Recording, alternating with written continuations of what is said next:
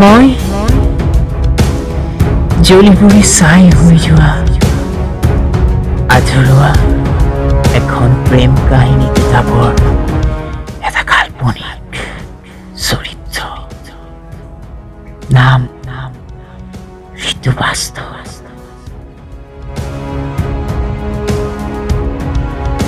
মোক হত্যা কৰিছিল কাহিনীটোৰ লেখকে।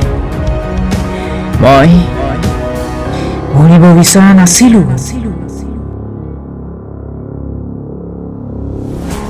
মোৰ ইচ্ছাৰ বিৰুদ্ধে মোক হত্যা কৰিছিল স্বাৰ্থপৰ লেখকে।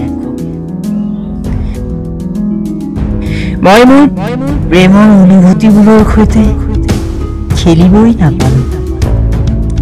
মই মোৰ প্ৰেয়সীৰ লগত সঁচা প্ৰেমৰ ছবিখন আঁকিবই নাপালো। স্বাৰ্থপৰকে মোক হত্যা কৰি তেজৰ ফাকু খেলিছিল মোৰ প্ৰেয়সীৰ হতুৱাই কিতাপখনৰ শেষ ভাগত।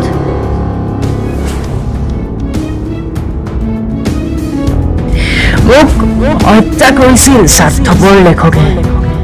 যোৰহাটৰ ৰাজপথত যেতিয়া কালিকা লগা কিনকিনীয়া এজাক বৰষুণ আহিছিল, তেতিয়া স্বাৰ্থপৰ লেখকে মোক হত্যা কৰিছিল কিতাপখনৰ ভাগৱতৰ বিশিষ্টতা।